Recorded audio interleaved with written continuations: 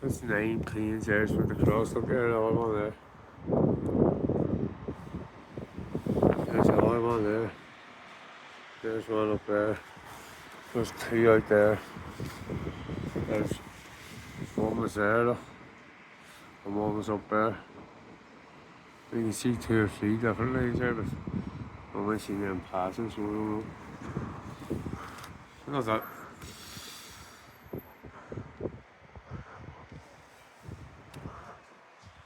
That plane there, oh, that's spread out in time for the Sunday to go in there.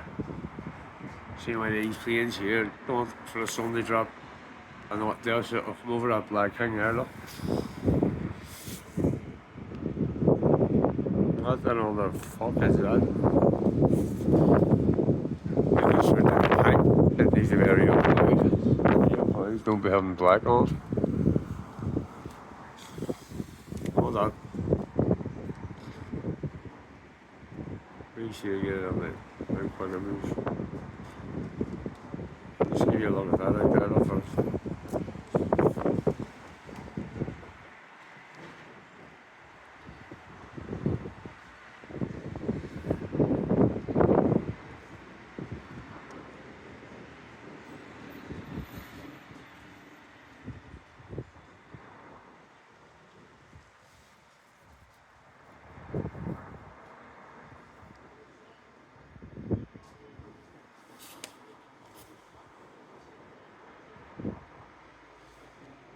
So you're like octopus tentacle.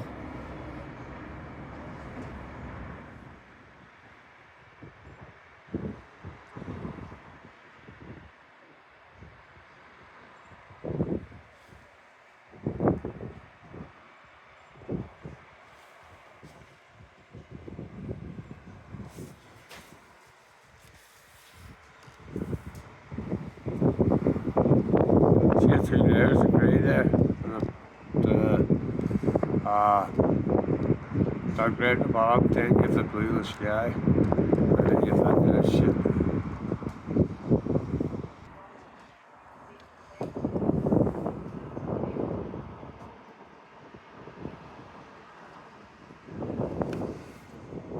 Now you don't know that's getting pumped up there from somewhere. There's something deadly wrong. Look at that move, look at the way them planes have went now. Oh, the quick ass moving.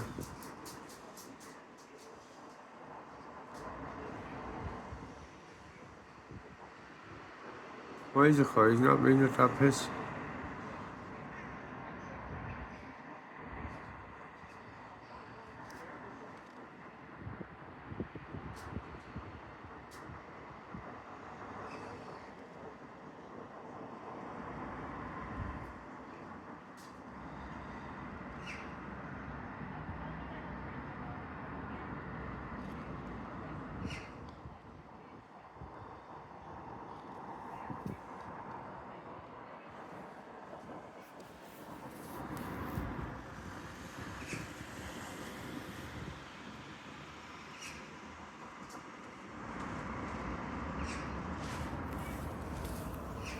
Oh, guys, I'd give it the.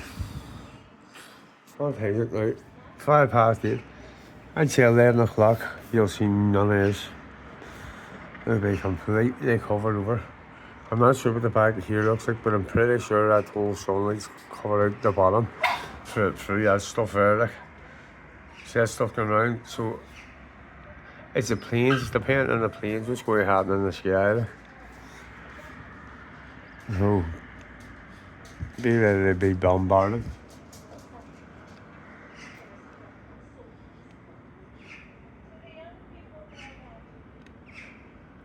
I wonder why these planes don't use any lights or anything. There's any planes coming on the city at the airport, you hear a fucking drone, and then you see all the lights and you see the size of the plane. But these ones, they don't use nothing like that.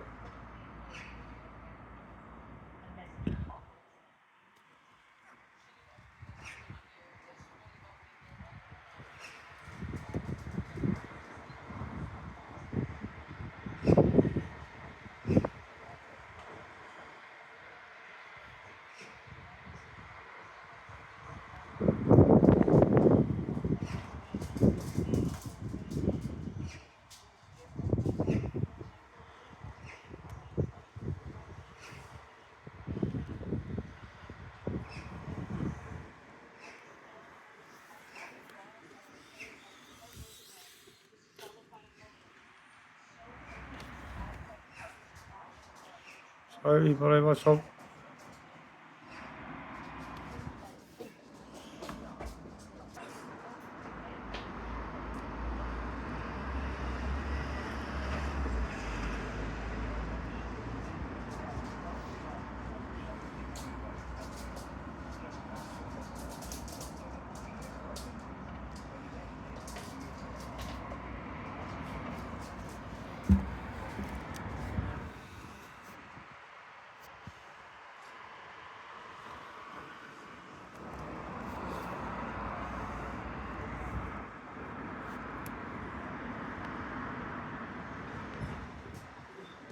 Hey, man.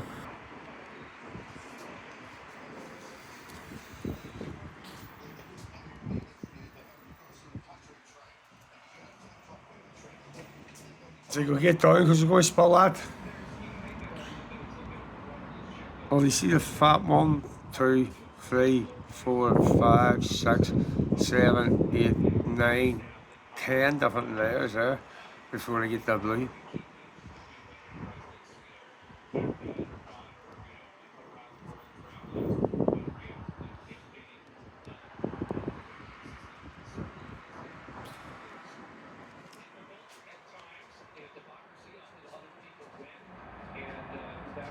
Christ is King. Christ is King.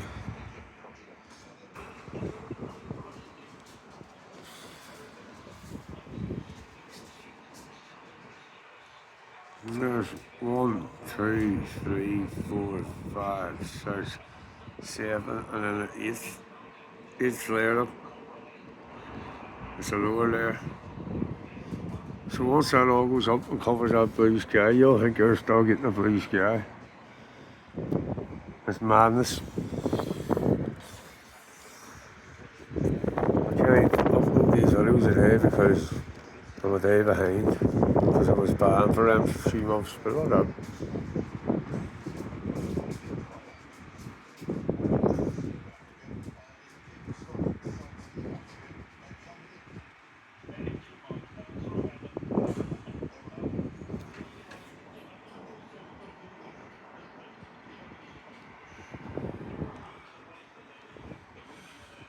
Right, I could say safely, judging that 6 o'clock and it will be blackness.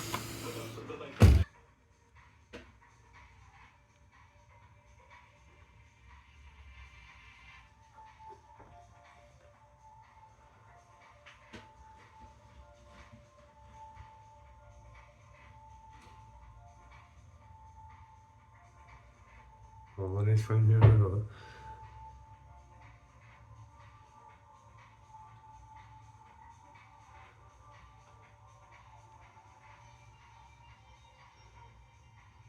Right the way down there.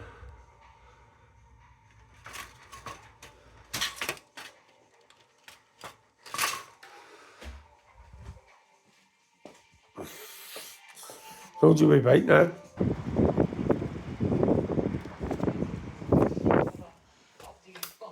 How you doing up there? That's my man. That's my. Hey, you bought me a while ago. No, you bought me.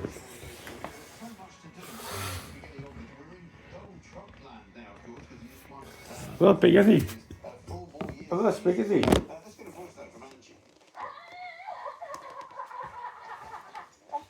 TikTokers. Hilarious. Grow up, get a life. These are the people, of course, who can't quite bring themselves to accept the fact that somebody who's been elected to run another country. In our office, talking about abortion, talking about, workers' rights, talking about migrants. It's all happening in America, for heaven's sake. In fact, the TikTok lockdown is now growing with every single moment that we are on the air. We will talk to Peter Hitchens about it in a moment. But Peter, I want you to look at this. This is the meltdown montage, as we call it. Aye. Right here up on my shoulders. Right here up my shoulders. You bite me out, we beat your balls on. I swear we beat your balls on. What are you barking for? What are you barking for? Don't you dare bite me. Go away, not feeding me. Go, get away. But I'm not sure about that. I think Get away, Bappy. nice. See if I think you're breaking the back of my clothes, I'll fucking slap you. You fucking bastard. I'm only joking, you're a good boy, boy. I'm only joking, you're a good boy. Sometimes. Sometimes. For the so-called special relationship, a non-existent alliance between a very powerful country to which we are heavily indebted and a very Stop. weak and declining country, which we are, which has not seemed to me to do us much good. So I'm not particularly anxious to suck up to the American president, whomever he or she may be, nor do I think that our relationship with America should be one of poodle-like yearning affection, which some people seem to want it to be. So I'm not. I suppose I would class myself as being similar to the conservatives in America who describe themselves as never Trumpers. I've never been impressed by this man. I don't like what I see of him, and although he's undoubtedly the most skillful politician since the late Princess Diana of Wales, he is not by any means a pleasant or kind or particularly moral man. So I don't rejoice at his arrival. When I see people like Carla Daniel, well, I obviously it's miserable for people like that to have someone that's elected that I suppose in itself is a sort of encouragement to conservatives that it upsets liberals, particularly Green zealots, that he's in office. But how much will actually happen? I don't think that from the global point of view, his last term in office was particularly encouraging for conservatives, and I'm not sure this one will be either. He will, assuming all things are equal, he will undoubtedly be a more effective person this time around. Hugely more experienced in how to be president, so we'll see much more about what he's really done in the next 4 years than we did in his first 4 years. Yeah, I think so. And I know that you've never been a big fan of his, and you've been very critical of that, but I just wonder why it is that people feel the need to be so kind of polarised. And I would say to people that you shouldn't really have faith in politicians, first of all, anyway, because they're not going to make your. I mean, they might be able to influence what happens in your life, but you should make your own life, and you should make your own way through that life, and you should do the best that you can for yourself and your family, and you should try not to pay any attention to politicians as little as possible, at least. And so I don't understand. I fail to understand why people can either be so delighted and carried away with this sort of enthusiasm of what's going to happen, or similarly terribly depressed about it, as people seem to be. It's partly because of the death of religion. People place enormous amounts of faith in governments and in politicians, which they really oughtn't to do. You're right. We are ultimately responsible for living our own lives. It is also true that in the modern world, governments interfere far more in our private lives than they ever used to. It would astonish a British person of a century ago to know just how much government interferes in their lives, and even in the United States. A part of the reason for the Trump revolt was I was hearing the other day this extraordinary thing about the Amish who try and live more or less independent lives rather impressively in the United States, finding themselves the victims of stupid regulations which made such independent lives increasingly impossible. And that the United States has taken this series of very wrong turns, which it needs to put right. And a lot of people feel that Donald Trump might be able to do that. I suspect they'll be disappointed in reality because he's not that kind of, he's really not that kind of politician. But I think that there is an enormous amount of faith now placed in politicians. And of course, its counterpart, the anti-faith of people who are dismayed, who see their God dies when Kamala Harris fails to win the election. They're profoundly disappointed. Far too much, but again, it's understandable given how much politics reaches into our lives. The Green zealotry, for instance, which is in our lives, not merely increasing, but also economic prosperity in a significant way. And during this week, Anybody who's looked at the energy dashboard, which anybody can go on. I saw that you've been Sure, putting no. that this week. Yeah, you just see that it just demonstrates that there are times of year, and this is one of them, when wind will not produce any energy, and we only survive by an immense use of gas, which everybody pretends is a green fuel when it isn't, and by importing energy. Quite amusingly, we import energy from the Netherlands, which still generates quite a lot of its electricity using, will you believe it, coal. Yeah. One very large coal-fired power station near Rotterdam. I went past it a few months ago. Yes, I mean, that is the problem. But funnily enough, the Green Zealots, like the leader of the Green Party, Carla Denyer, called Donald Trump a fascist. But those are the ones who want to impose a way of life on us that we haven't actually, one, voted for, or two, asked for. Which I think far more fascist than anything Donald Trump does. Well, I think the use of the word fascist, George Orwell long ago pointed out, is completely empty of meaning. It's just another word for bad, and people who are politically illiterate tend to use it rather a lot.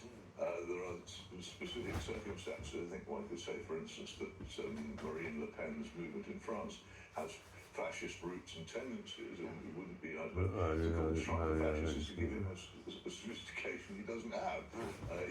What he is he's an instinctive populist politician, the first in the United States since the figure everyone's forgotten now, the terrifying but brilliant politician Huey Long of Louisiana, who Roosevelt greatly feared in the 1930s might become a very dangerous populist nationalist. He would have been quite like Trump, I think, but he's smarter. But this kind of thing does arise, and it arises when mainstream politics fails of the right and of the left. And this is the problem that I've been warning against for a long time. People are extremely rude to me when I suggest ameliorations rather than solutions to the problems of the country, and call me all kinds of rude names. I say to them, look, you think I'm terrible, you call me a fascist and a Nazi, all kinds of rubbish, but you wait and see what happens if you ignore people's civilized rule of law Democrats like me, who are traditional Christian conservatives. You see what happens if you carry on ignoring what we say. And I've said this to you, what I thought would happen was something like Donald Trump, and here he is, and I can't rejoice over it. Very interesting piece by my colleague Stephen Glover in the Daily Mail today, a conservative critique of Trump, which I think is worth very much worth reading. Yes, we should certainly check that out. Peter, good to see you. Thank you very much indeed. Peter Hitchens, columnist in the Mail on Sunday. Let's get a voice note quickly on from Mark, I should say, on Trump. Morning, Mike. It's Mark in Lancashire. Your parody of a lefty meltdown was absolutely gold. I was reading some posts on X this morning. They were having a discussion saying that they've got a safe house in New Mexico. They're frightened for the safety and they need a safe house. How ridiculous, really. What is going on in their minds? Mental. It is incredible. Keep up the good work. It is incredible, isn't it? Also, I mean, if you're going to have a safe house, don't tell anybody where it is. Then it's not safe, okay? Don't say, I've got a safe house in New Mexico. Don't say that. Then they'll come looking for you in New Mexico. And you never know what's going to happen. Coming up, well, there's also Rebecca Butler, because wait for this, right? More great news from this brilliant government of ours. Consultants who are being given the task of cutting back on waiting lists and working overtime, because some of them are only employed part-time, so they're doing maybe a 5-day week now, and they're making as much money as they possibly can. In some cases, an extra £200,000 a year. That's right, an extra 200,000. That means they're probably making upwards of about £500,000 because Wes Streeting gave them a load more money. Brilliant. The NHS. Let's give them a clap, shall we? Yeah, all right. This is all.